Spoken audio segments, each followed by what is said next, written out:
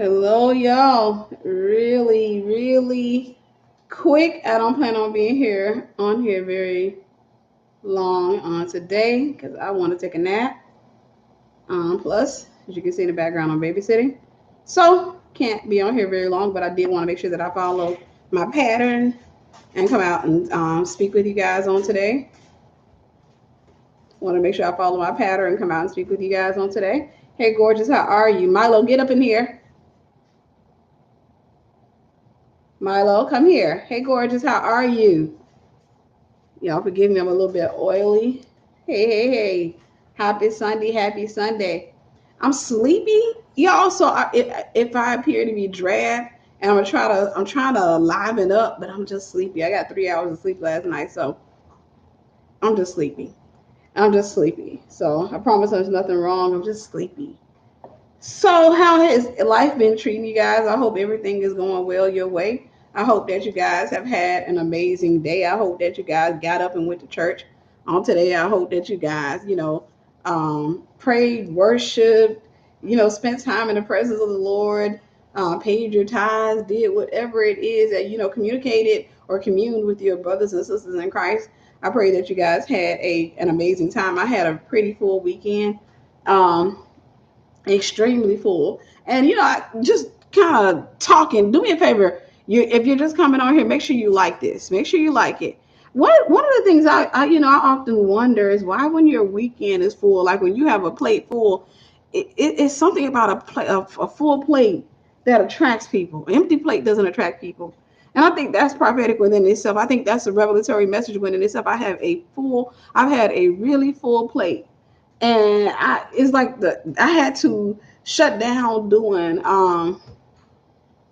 coaching calls. I shut it down in June, and I still haven't reopened it because I've had such a full plate. And the fuller my plate is, the more people come out and say, "Hey, I need coaching," or what have you. So it's like it's a lot going on right now. I wish I could replicate myself, and give myself the help that I feel like I need.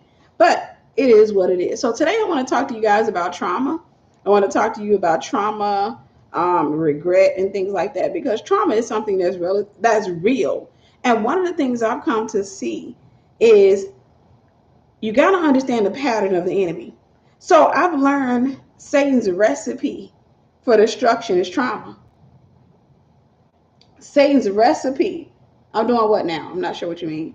But Satan's recipe for destruction is trauma.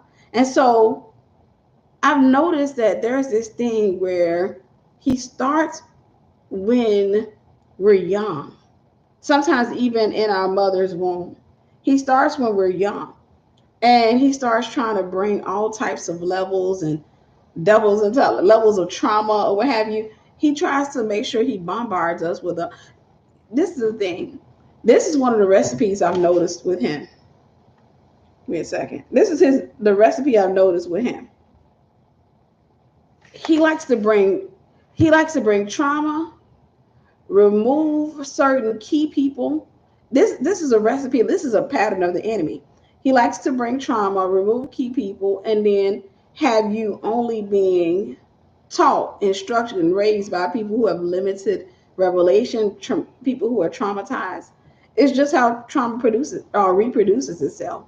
And that's one thing that has to be understood, because a lot of times people think that, in order for me to get over my traumatic past, in order for me to get over the trauma that I've gone through, then what I need is I need to get in the midst of, I need to marry me a good guy, a good godly man. I need to go get me some good friends.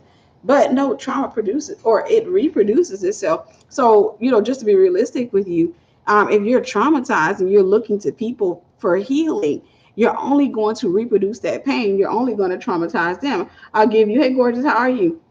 I'll give you an example. I think everybody who's in ministry has had people to come, and we've all had people to come and they'll appear to want help, but they won't get the help. They just really want to talk about their trauma, and then they get easily offended with you. It's just like every little thing you do is so they traumatize you.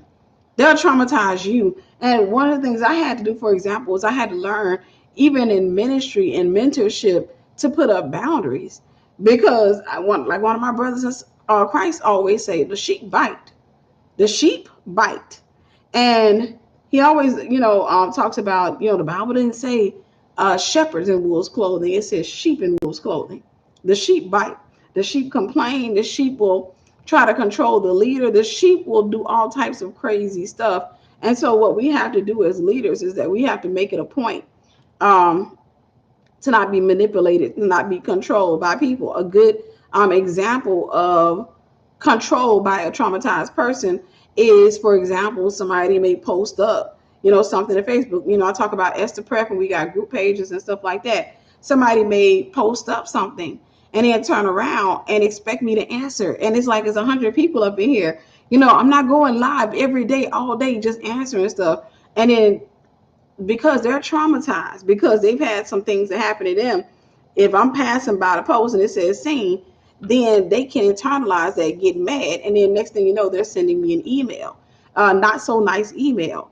They're sending me a relatively condescending email, and consequently, what ends up happening is the email is designed to hurt me.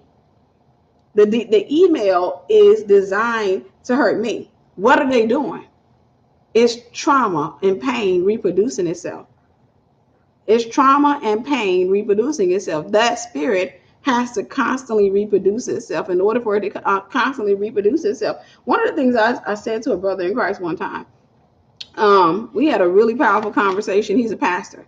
And I remember he was asking me, he said, do you think the enemy sends people like, he has seen quite a few things, things that happen in his church. And he was like, you think the enemy sends people in the churches? I think he made that as a statement.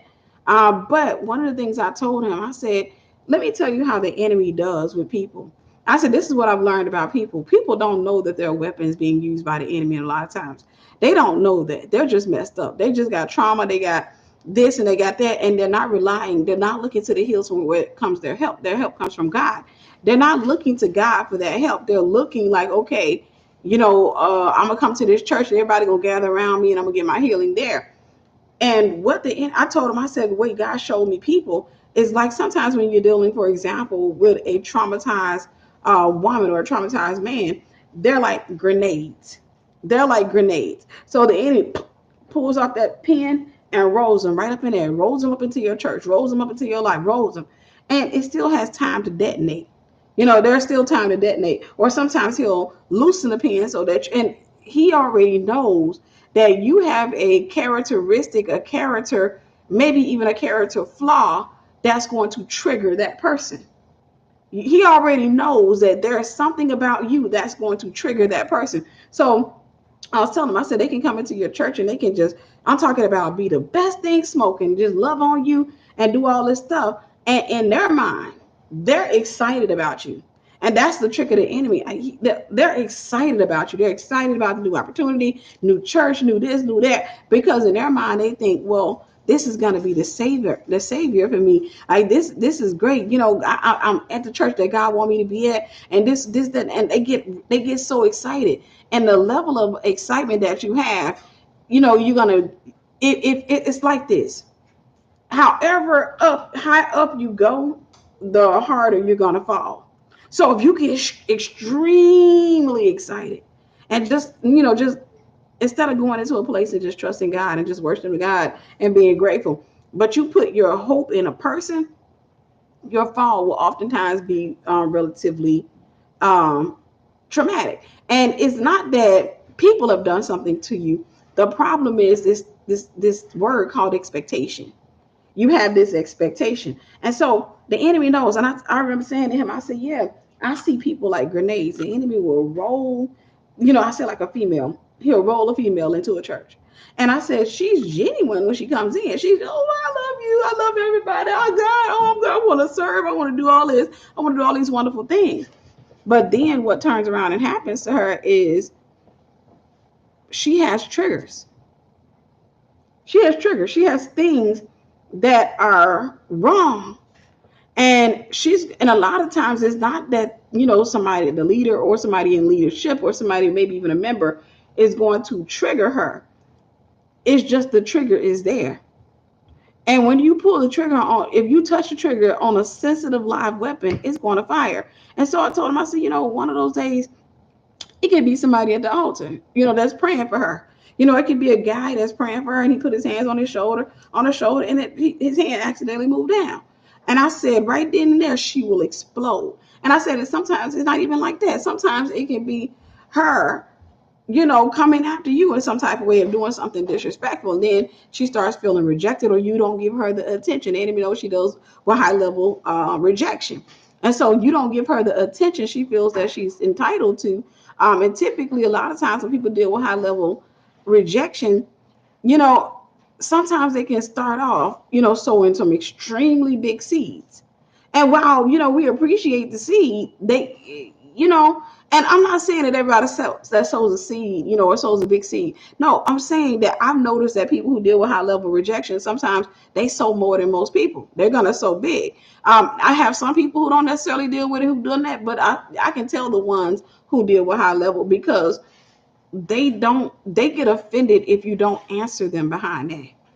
Like, they feel like, well, I sold a seed into you, and I sent you an email, you should answer my email, you should do this and you should do that. But that's going to be high level trauma. So that seed, whenever that seed is given with ulterior motives, is no longer a seed, it's bait. It's no longer a seed, it's bait. And so what ends up happening is they're going to get offended when they don't get what they want, and a lot of times they're going to manifest that same trauma, that rejection, and they're going to reach out to you and start talking crazy and start saying, see, I thought you were different. I thought you was a real woman of God. It don't make sense. Y'all out here fake. I pray for your soul. May God have mercy on your soul. And they'll send you emails like that are designed to hurt you. They hope they can scare you or something like that. But it has everything to do with that level of expectation. But that's not what I'm here for. I want to talk about, for the most part, childhood trauma, maybe even romantic trauma, because there is childhood trauma, and I think a lot of us have experienced childhood trauma. And one of the things I found about whatever state you're in, understand this: if you're hurt, you're going to reproduce hurt. If you're traumatized, you're going to reproduce trauma. If you're joy filled, you're going to reproduce joy. Let's talk about, for example, how do you reproduce joy? Have you ever noticed when you're happy, you want everybody around you to be happy? You ever notice that when you're happy,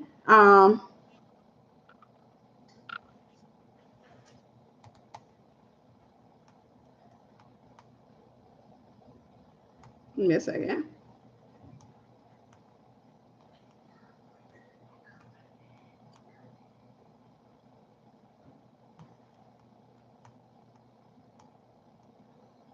Did you ever notice that when you're happy, you want everybody to be happy? You ever notice that when you're happy, you smile at people, and you'll do stuff for people just because you're happy and you want them to experience that. But I need you to understand that you're the same way when you're angry. You're the same way when you're sad. You're the same way when you're depressed. You're the same way in many cases when you're upset and you're hurt. You're going to want people to be able to relate to you. And many times you're going to want them to try to pull you out of it, but you're going to want people to relate to you. So consequently, when you're sad and you're depressed or what have you, you're going to be very negative. You're going to be, you can tell your friend, call your friend on the phone, and you can talk to your friend about something that happened, and you can be really negative on the phone with her. And then if she just encourages you, or she says something and pretty much kind of annihilates your way of thinking, but you're not ready to walk out of that yet, then what will end up happening is you turn around and you start bringing up all other negative stuff that has nothing to do with what you were complaining about initially. So you may say, then girl, now you may be complaining initially about, let's say, your mother.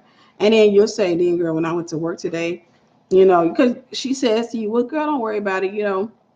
Remember, your mother's not healthy. Just pray for her.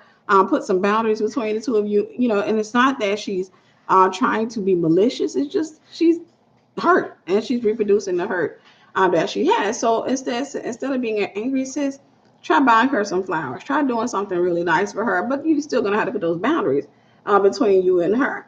So you just help to resolve a problem. But she's in a negative space. She's not wanting to come out of that negative space. And she's saying, yeah, you're right. You're right. Girl, then I went to work today, and my boss, the boss Steven, girl, how about he came over to my desk and he gonna start talking crazy? He said this and he said that. And you like, oh wow, that man got issues. Girl, don't you worry about him. And you sit up there and the person's gonna keep, and even once you move from that conversation, and I was driving home in traffic, and I put the top down on the car, what have you. How about my wig blew off in the wheel while I was driving? It just blew off clean off my head, girl. You know how much money I paid for that wig? What you're dealing with is a person who is feeling something. They're dealing with negativity, and now they have to spread it. Again, that's what trauma does. Trauma reproduces itself. Do you cut off a mother who? Absolutely, absolutely. If they're practicing witchcraft, you can sit back and you can rebuke. You can put boundaries up. If they refuse to repent, yes, absolutely, absolutely. So that's exactly what trauma does. Trauma reproduces itself. Trauma, whatever, you were hurt by your mother, you were hurt by your father, and this should help you to forgive them. They were reproducing a pain that was given to them. Y'all gonna go to bed. We've already talked about this. They were reproducing a pain that was already given to them. I'll answer that, Sister Mariah. Ask that at the end. I don't want to turn it into a question and answer segment yet. But they're reproducing the pain, and this is how God helped me to forgive my parents. Was that He had me when I asked, because one of the things I've learned, you have to ask for it by name. And I asked, I was like, Lord, help me to forgive him, because I felt like I had forgave, but at the same time, I was like, I don't see me being like other people are toward their parents. So I prayed and I asked the Lord to help me to forgive him, because understand, unforgiveness is not always a hostile feeling. That needs to be understood. It's not always a hostile feeling. In my particular case, it wasn't a hostile feeling. It was just that I really didn't have much of a emotional connection. I mean, my mom, I think we had gotten to a whole lot better place, but we just didn't have much of an emotional connection. I genuinely didn't want one, what have you. So I started praying and I said, Lord, heal my heart, heal me, heal me, heal me. And what God did, and I say He took me up. And this is just an example, but He took me up. Basically, what He did was He gave me a different perspective of my parents. He allowed me to see them as children. And I'm not talking about a vision of them. I'm talking about just me talking to them on the phone, and or talking to them in person, of course, when my mother was alive, and them telling me about their childhood. And I had to realize that, hey, they reproduced the trauma that they had experienced. And I'm the new generation, I'm the next generation. I have the ability to stop it with me. But if I don't stop it with me, if I had children, I would pass that along to my children. I will pass that along to my children. So I have to be cognizant and intentional about making sure that trauma ends with Tiffany, making sure that trauma doesn't go beyond Tiffany. And that's what I did. I sat back and I started targeting trauma. It's not something that you come watch a YouTube video, say that's good, and say a prayer, and then it's done with. You're in a fight for something that's been in your family for many, many years. And so you're going to have to be consistent and intentional. You're going to have to develop a plan to get past trauma, because trauma has many ways to manifest itself. Trauma has many ways to control you. Trauma has many ways to get you to do whatever it wants you to do. And typically what it does, and I've explained this before, the Lord's been dealing with me lately a lot. Like I said, I'm not going to be on here long, guys. He's been dealing with me lately a lot about trauma. Give me a second. Like this has been the one thing, and maybe I don't need to write it down. I don't need to draw it. If I ain't got my pen, it is what it is. All right, one of the things let me see, where's my pen? Okay, where's my pen thing?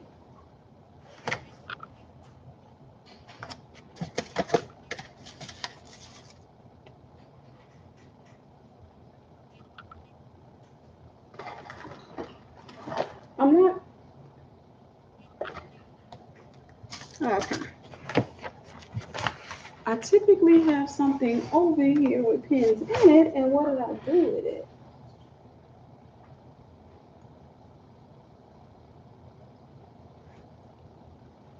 Okay, it is what it is. We're not gonna try to figure it out. I'm gonna try to figure it out. So basically, this is the way that it looks. Remember, do me a favor. Let's stop, like, and share. Let's stop, like, and share, because if y'all dry, it probably be dry up in here today, and I don't want it to be dry.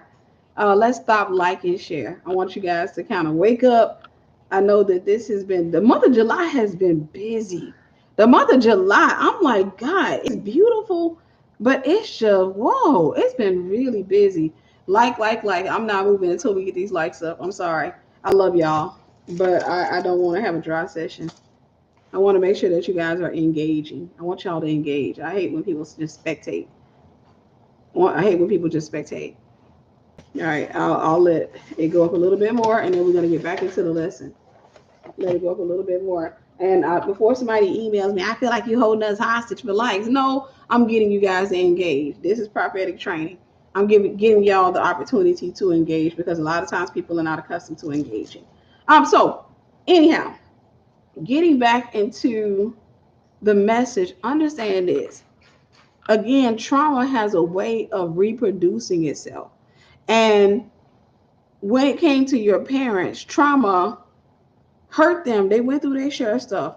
And it's like, okay, I know what I was talking about. Here's the setup of the mind. There's a mind. This is how it's supposed to be: the mind, the will, and the emotions. This is the way that it's supposed to be. The mind should be on top. It should be the biggest part of you. It should be the greatest part of you. It should be the part that you are led by. Of course, you want to be led by your Holy Spirit, but you want logic, your mind. Then there's your will, and then there's emotions. One of the things God was showing me was like, okay, when your emotions, whenever there is, like when you're immature, when you're unsaved, what have you, is kind of upside down. Your emotions are at the top. Or when you're young, when you're a child, your emotions are at the top, or what have you. When your emotions are exposed, what that does is it opens them up to be attacked. So when your emotions are, it's like some people have what the vision I kept seeing for the last 2 weeks is like swollen emotions, like people whose emotions, like when I see the last couple of weeks, anytime I see somebody who's emotional, I just have this thought of just like swelling, just extremely swollen emotions. And so because of that, they're super duper sensitive. And you're not designed like that. You weren't designed to be that emotional. You weren't designed to be that sensitive. You weren't designed. Now, sensitivity and emotionalism is not necessarily the same. You need to be sensitive to the Holy Spirit, but not necessarily emotional. You weren't designed to be that emotional. So whenever trauma happens, then it causes the emotions to swell. It causes the emotions to swell. And once the emotions begin to swell, one of the things that you have to do is you have to get the swelling down. The way that you get the swelling down is by taking accountability for your role in it. That's going to be the most important part of the process, is taking accountability for your role in it, putting some boundaries in place, making sure that you're prayerful, studying the area that you suffered the attack in, so that you can be better prepared the next time, go through deliverance if necessary, and get counseling. And get counseling. And if definitely, Shannon, definitely. Narcissism, people, you can get traumatized in traffic. But that's a whole other message. Get counseling.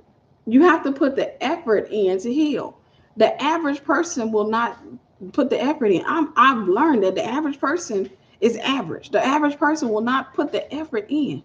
They will not put the energy, the time, or the intentionality into healing, because the average person feels like healing is just a byproduct of me being Christian, and it's going to happen at some point. God's going to give me my healing. And I'm gonna tell you something. I'm telling you from somebody who has come out of extreme trauma, it doesn't work like that. It genuinely doesn't work like that. I would love to tell you that my trauma just got up and walked away from me. No, it didn't. It didn't. I had to address it, and I had to open up about it. I had to stop being ashamed about stuff that had happened to me that I had absolutely no control over. I had to stop being ashamed about the stuff I did have control over, stupid stuff I did in my life. I had to stop being ashamed of that stuff, and I had to begin to talk about it. I had to begin to study. I had to begin to study. That's one thing about children. Children are children. Children are children. But I had to begin to study. I had to go and put the work in or what have you. It wasn't one of those things where I got up and went to church and went to the altar and somebody laid hands on me and the trauma was gone. It wasn't one of those things where I watched a YouTube video and it was powerful and it changed my life and the trauma was gone. That's not how it worked. To deal with the trauma that I had to first acknowledge it. I had to sit there and say, those are some daddy wounds over there. You got to deal with your daddy wounds. Those be some mama wounds over there. You got to deal with your one. Those are relationship wounds. And the trauma that manifested in me manifested in relationships. Consequently, God is teaching me to build and hold on to relationships because for the most part, me coming from a toxic family, I had to go a long, long, long season of just letting folks go. So you can get to the point where you begin mastering letting people go, but you don't master holding on to people.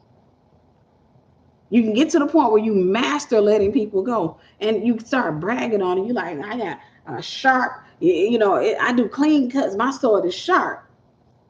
And while it was good for you to let certain people go, it's not the will of God for you to be like that with everybody, because everybody that comes into your life and offends you is not an enemy.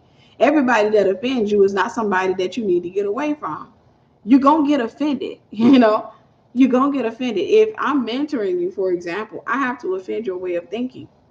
If I'm mentoring you, the only way I can be effective as a minister is if you allow me to offend you.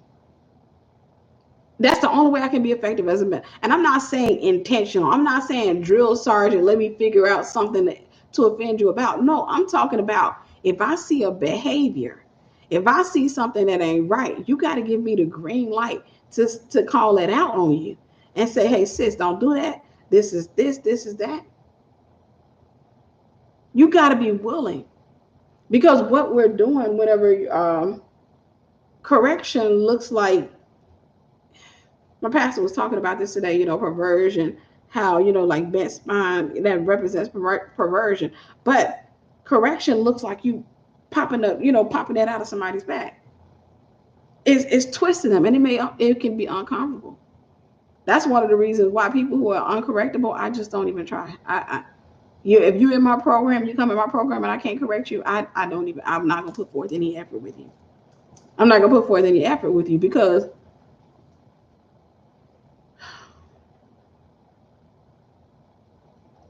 in that, I know that you will potentially, you're not going to take, it's me casting my pearls to swine. You're not going to take the revelation or the information. You're not going to do what you need to do.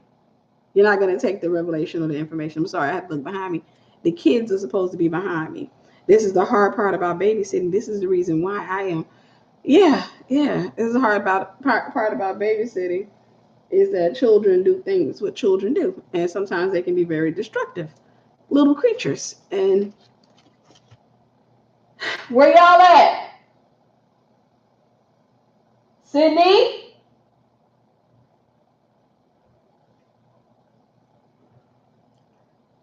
Those are my God babies, and I love them dearly. But I'm gonna tell you something right now. Sydney! Sky!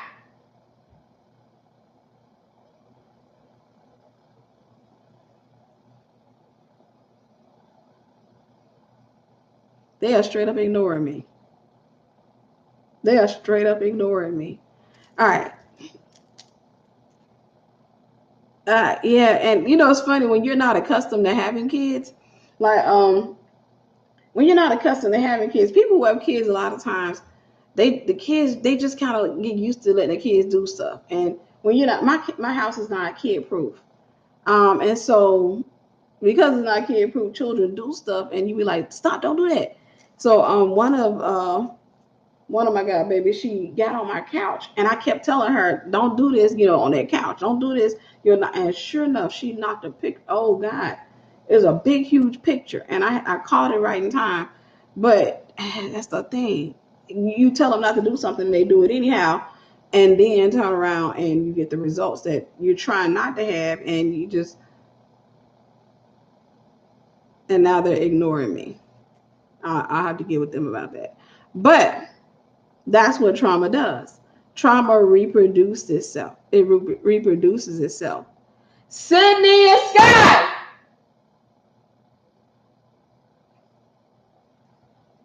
If I got to get off of this live, it's going to be a misunderstanding. Sydney.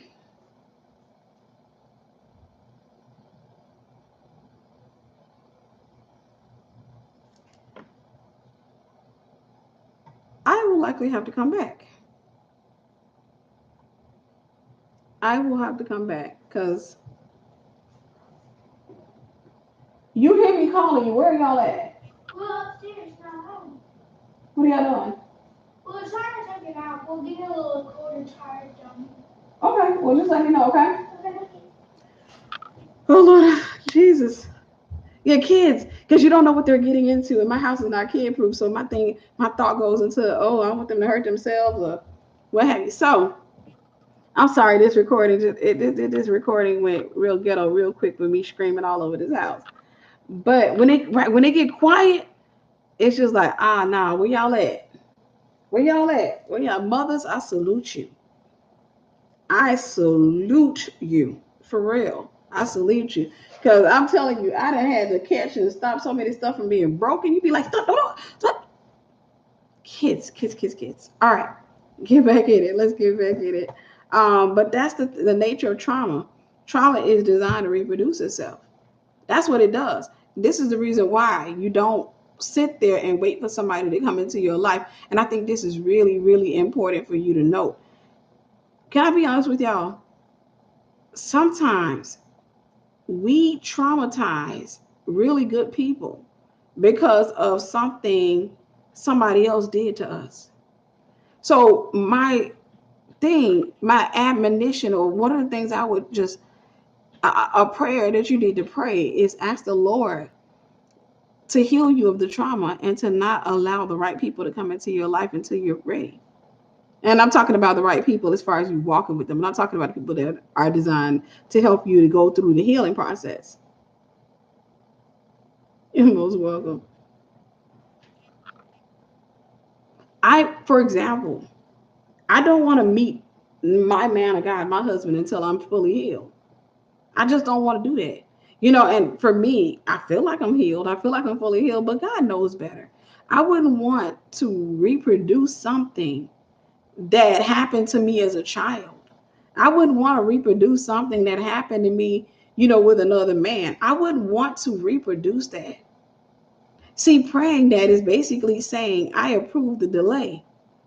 Because what I want is for you to heal. I want my relationship with you to be so solid. And I want to be so healed and so whole that I'm no longer. Thank you, Sister Maureen. God bless you, sis. God bless you. Wow, thanks. I want to be so healed and I want to be so whole that whenever I come into this man's life, I want to be a blessing. I don't want to come into his life and be like, oh, this is what happened to me. And then this man, he was beating on me. And this man, I genuinely don't want to be that type of person. I'm also I'm also that way when it comes to my friends. I don't want to traumatize my friends. I don't want to traumatize them. I want people when I'm in their life, I want to be a blessing. Can I be honest with y'all?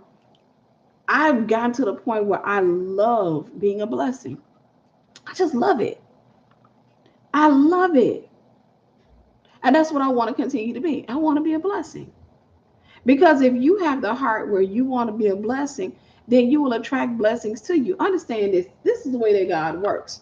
When you pour out, he pours into you. When you pour out, he pours in. So one of the greatest ways, or one of the most effective ways to get a level of healing, I won't say to get full healing because you need revelation and information, is to help somebody the way you wish somebody had helped you. It's to bless somebody the way you wish somebody had blessed you. It's to be there for somebody the way that you wish somebody had been there for you. I learned that a long time ago. It that sometimes, thank you, Sister Cassandra. God bless you. You guys are really blessing me on today. Thank you. Thank you. Sometimes, thank you, Sister Lindsay. God bless you. Sometimes, y'all, all our honesty, you just have to jumpstart. Okay, I'll give you an example. A lot of mothers do that with their daughters, and a lot of fathers do that with their sons. A lot of times, a mother, and sometimes a mother can go too far, because there has to be balance in all things. But a lot of times, a mother who, let's say, her mother was just addicted to men, threw all her money at men, got food stamps, all that, and threw all her money toward men, and was really neglectful toward her children. Neglected their emotional needs, neglected their their physical, their natural needs, or what have you. A lot of times, a mother, you'll notice that she'll begin to overcompensate when she's doing things for her child.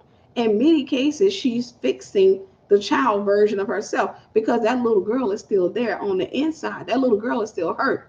She's fixing that version of herself by spoiling her daughter.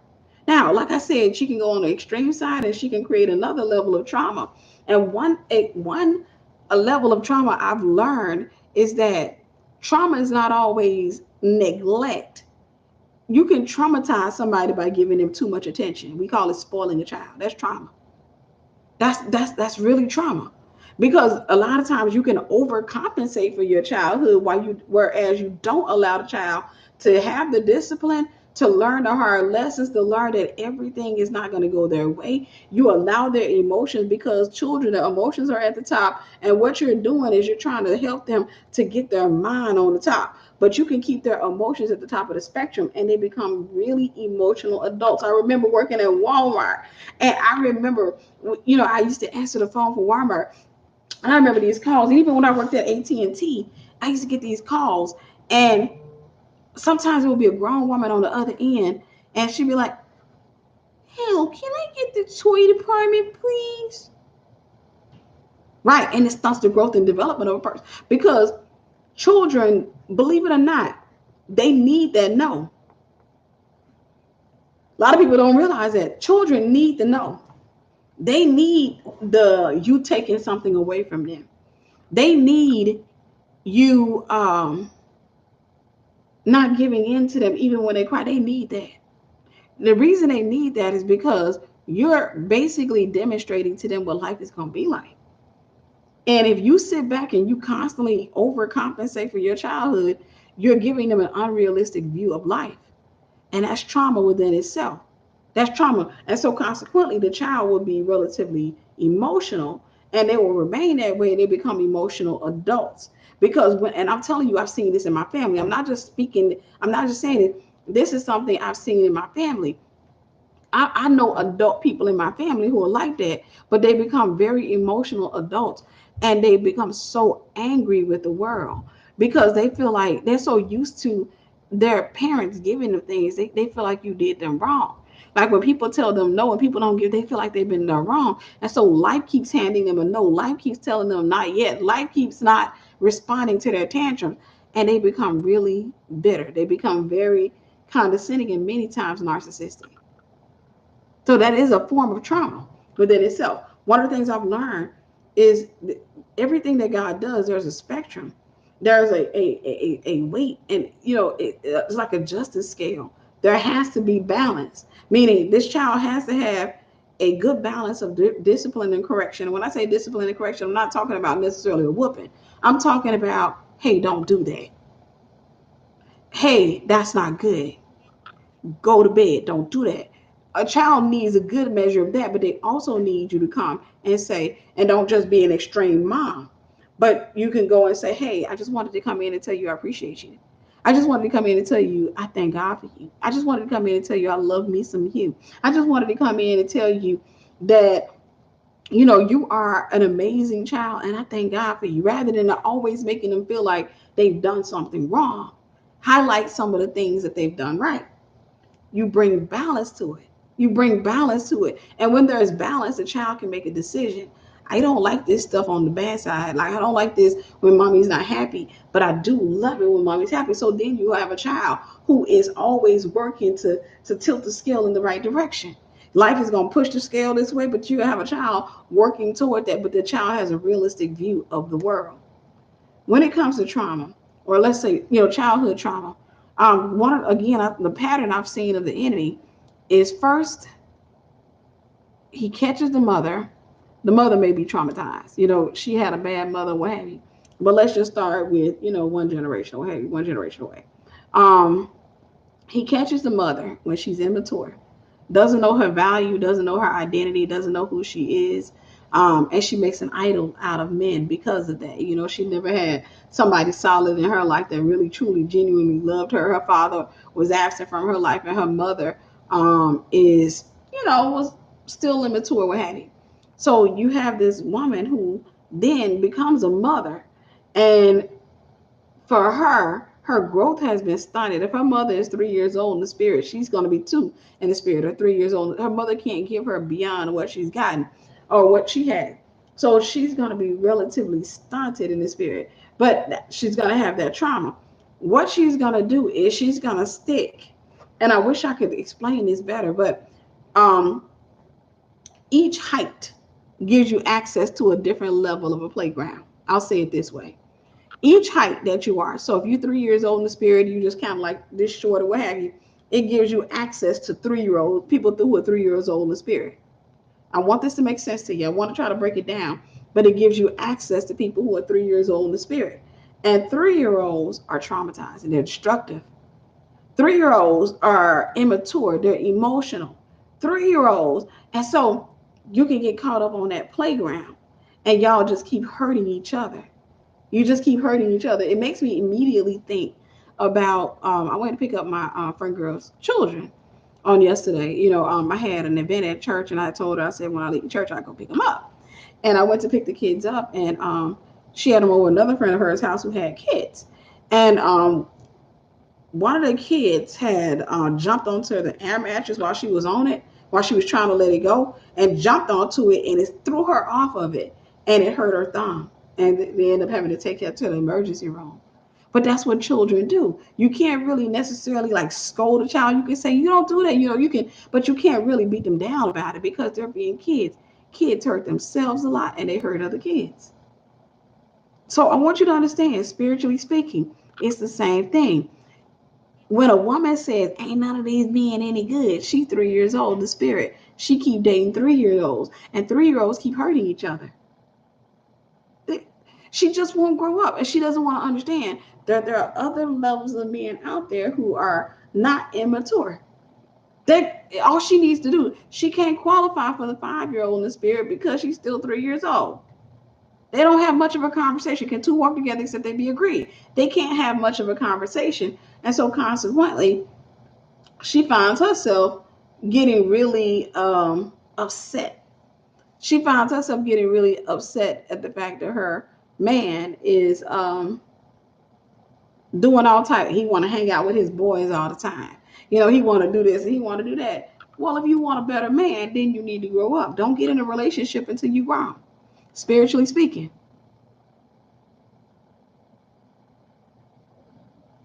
Don't get in a relationship until you're mature, spiritually speaking. Don't get into a relationship. But when you're young, you want a relationship more than anything. So you set yourself up for another level of trauma. You set yourself up for another level of trauma. Like I said, the baby, I pick her up and she's crying and her thumb because of something another kid did. Neither kid is being bad. Both kids are being kids. That's what kids do.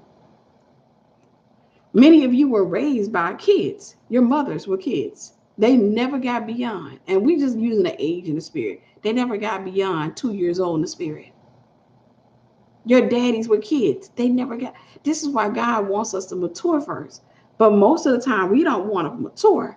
We just want to get what we want. That's what kids do. Kids want what they want when they want it. I want the man. I want to be married. I want to have him right now. Why I gotta wait? Why I gotta wait? I've been good. That's what kids do. And when God doesn't give them what they want, The child says, well, I'm going to go get it myself. I'm going to go get it myself. Then, because they can only reach, remember, the playground that you're on is in accordance with the age that you are in maturity or spiritually. They go run out into the playground and they keep looking for a man. And they come across a 3-year-old with muscles and tats. And they say, I'm going to try him out. I think he cool. I think I like him. I think I want him. And a 3-year-old does what 3-year-olds do. 3-year-olds do. Keep hearing. But the 3-year-old does what 3-year-olds do. Now you see that girl coming running off. Baby, your emotions are still at the top of the spectrum. You got to wait till you grow where your mind gets to the top of the spectrum. And you got to mature so that you can start attracting men of God. You got to mature till you start attracting men who are surrendered to God. The majority of people, even in Christianity, are not mature. That's why they keep on dating little kids. They keep dating toddlers in the spirit. You got to look at what's around you, and that's going to let you know what playground you're on. If you look around you and say, I ain't got no good friends, all my friends are out here and they doing crazy stuff, okay. Yeah, you still young in the spirit. You're still young in the spirit. And that's okay. There's nothing wrong with that. But you just need to grow up. Don't get into a relationship until you grow up. Because the grown version of you will not choose the same man that the taller version of you would choose. Did y'all hear that? The adult, mature version of you would not choose the same guy that the 3-year-old version of you, spiritually speaking, would choose. You guys know I use the example. Imagine we threw a birthday party. Let's just imagine I had a daughter, and I walked up to my daughter, and it's her 3rd birthday, and I say, today's your day. Today is your 3rd birthday, and 3 is a significant number. And it is for this reason that we're going to let you pick your husband on today. Don't worry. We understand that you're 3 years old, so you don't have to marry him right now. But we are going to be talking you to him. So whatever guy, go through the party, choose whatever guy you want to marry. And that person is the person you're going to marry when you turn 18 years old. The 3-year-old is walking around the party. She looks at all the little 3-year-olds. I often ask the question, who do you think she's going to choose? She's going to choose that clown you hired. He going to do the she going to see all those colors.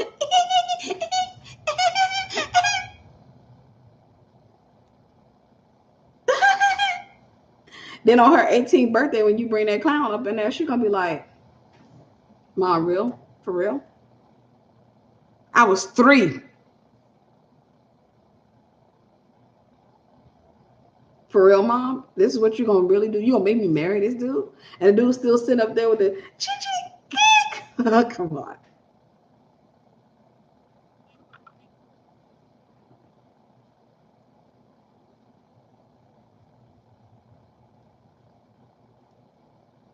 It's not the heart or the will of God for you to marry when you're immature, or for you to go. I got to say this. I got to say this. It's not the will of God for you to go get real close friends when you're broken. I mean, I don't know if I want to say it like that. If you're going to have a close friend, that close friend needs to be relatively mature.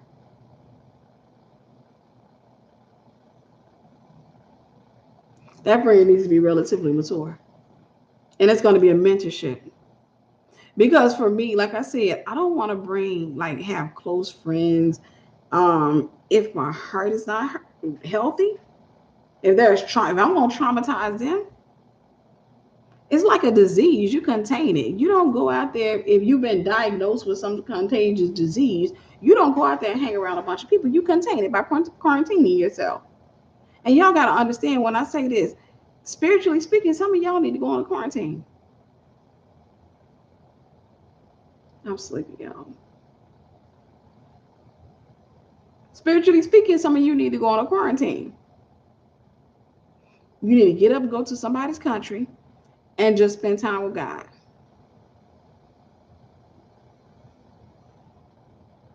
I am sleepy. I'm sleepy. I got 2.5 hours of sleep last night. When your heart's not healthy, don't bring people too close. Only bring the counselor close enough to observe. Bring God close. But keep other people at a measurable distance with the understanding that, hey, sis, I ain't gonna lie to you, I got some issues and I really don't want to hurt you. I'm not saying I want to be your friend. I want to be your friend. I like to get to know you. I think you're cool. But I won't say I'll bring you in to be a best friend because right now I'm not necessarily healthy enough for that. I'm not necessarily healthy enough for that. Because I'm going to show you something that, thank you, Sister Shamika. I'm going to show you something that men do and women do. So, the heart, there's levels to the heart. Thank you, Sister Danielle. God bless you. There's levels to the heart. There's like, oh, I got to wake up. There's like these chambers, these doors you go in, what have you. And the closer you get, the more intimacy you have. So you'll go from here and you'll just move through the heart. The closer you get, or the deeper you go into a person's heart, the more their trauma is going to manifest itself. Because typically, a lot of times, the fear comes in once you become important to me. Once you become so this is the reason why now you're a threat. I'm scared.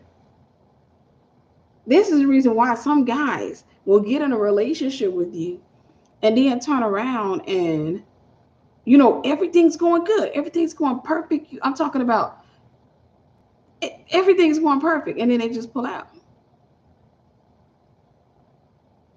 They just pull out. And in some cases, not all cases, because I don't want to get nobody no uh romantic lie. But in some cases, the problem was you went into an area that was not yet um filled by God. You went into an area of trauma. And when you went, I'll say it this way. When I'm counseling people, if I'm mentoring people, oh, I can tell when I start coming close to their devils. I can tell. I can tell. When they first start out, I love you, Miss Tiffany. But I'm going to tell you something. Let me mentor you. As soon as I start getting close to your idol,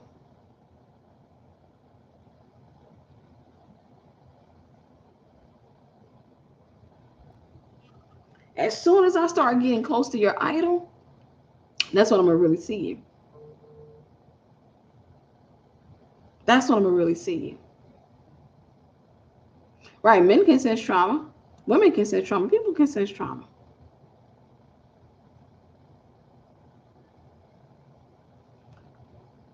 Go and get the healing before you try to get the man, the friend, the just go get healing.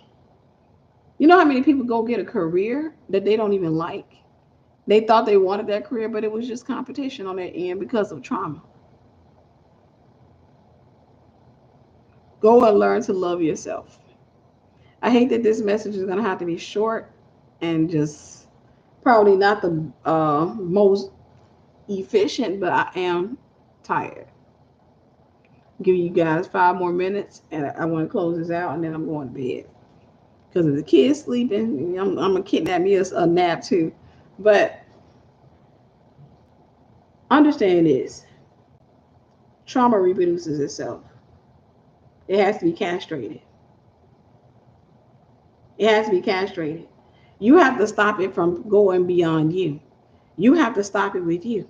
You have to turn and look at trauma and say, okay, your reign in my family is over with. One of the things I do absolutely love is that God is blessing me to be the curse breaker in my family. There are so many things that when I did got the ancestry.com, and I went on that website and I saw a lot of stuff, and I can look, I can see how it passed through my family, and it was just moving and moving and moving. But I am the point of constipation in that thing, because I turned around and I'm looking, I locked his bowels up. I was like, okay, yep, that's it. That's enough. You've done enough to this family. You're not going beyond this point. You're not going beyond this point. It ends with me. And why the reason that blessed me, this is why I advise you guys to get an ancestry.com account, a paid account. This is why it blessed me, because I can see where it's been traveling for a long time. That's an honor for God to give me the ability to turn around and look at that thing and say, you don't go beyond me. You've done your damage. I've gotten my healing and I'm still getting my healing. You don't go beyond me. Your time is up. Your time is up. I will heal. I will have everything that God says I should have. I will do everything that God says I should do. I'm not going to be broke. I'm not going to be sad. I'm not going to be broken. I'm not going to be traumatized. I'm just going to be what God says that I should be, or who I am.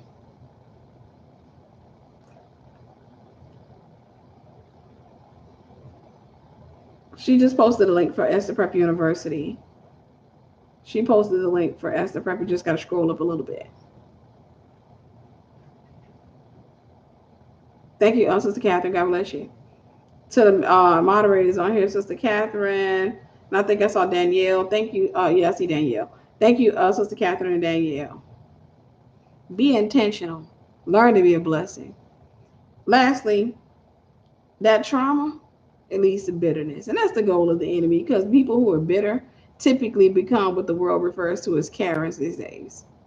So make sure whatever trauma, any childhood trauma you have, you get the counseling. You may not think you need counseling, but it is always good to have it. Get the counseling that you need, get the deliverance that you need, get the information, because you need books to help you to get out of you need to study the word, and you need books to help you to get out of that. But get the information that you need. Sexual dreams are typically the indicators of a spirit spouse. A spirit spouse. So just watch my teachings on spirit spouses. The enemy wants to traumatize you so that trauma can continue to pass through your family. You end up traumatizing your children, and you think I'm doing the best thing that I can with what I know. And then they traumatize their children. All right, guys, I'm going to go. I love y'all. I'm so sorry. I got 2.5 hours sleep last night. It wasn't the kids' fault. It was just me having my moments. They went to bed early. They slept. They went to bed at 10 p.m. And it was funny. They slept. I woke up. I literally woke up. I set my alarm for 7, but I woke up at 6:20 something. I woke up at 6:20 something, because I had to go to the bathroom. I drank soda before I went to bed, and couldn't go back to sleep. So yeah, I got 2 hours of sleep. I got about 2.5 hours sleep. They went to bed at 10. They weren't woke. I waited till about 8 o'clock to wake them up for church, and they were still up in there. Now, one of them had got up to go to the bathroom. I was like, "Oh, you're up. Yeah, I'm glad I was about to wake y'all up anyhow." Thank you, guys. I love y'all. I love y'all. I'll come back out and talk soon. I'm still trying to get all this stuff together, but I have a lot of work to do. But I'm gonna go sleep. I'm sleepy. I love y'all. We'll talk soon.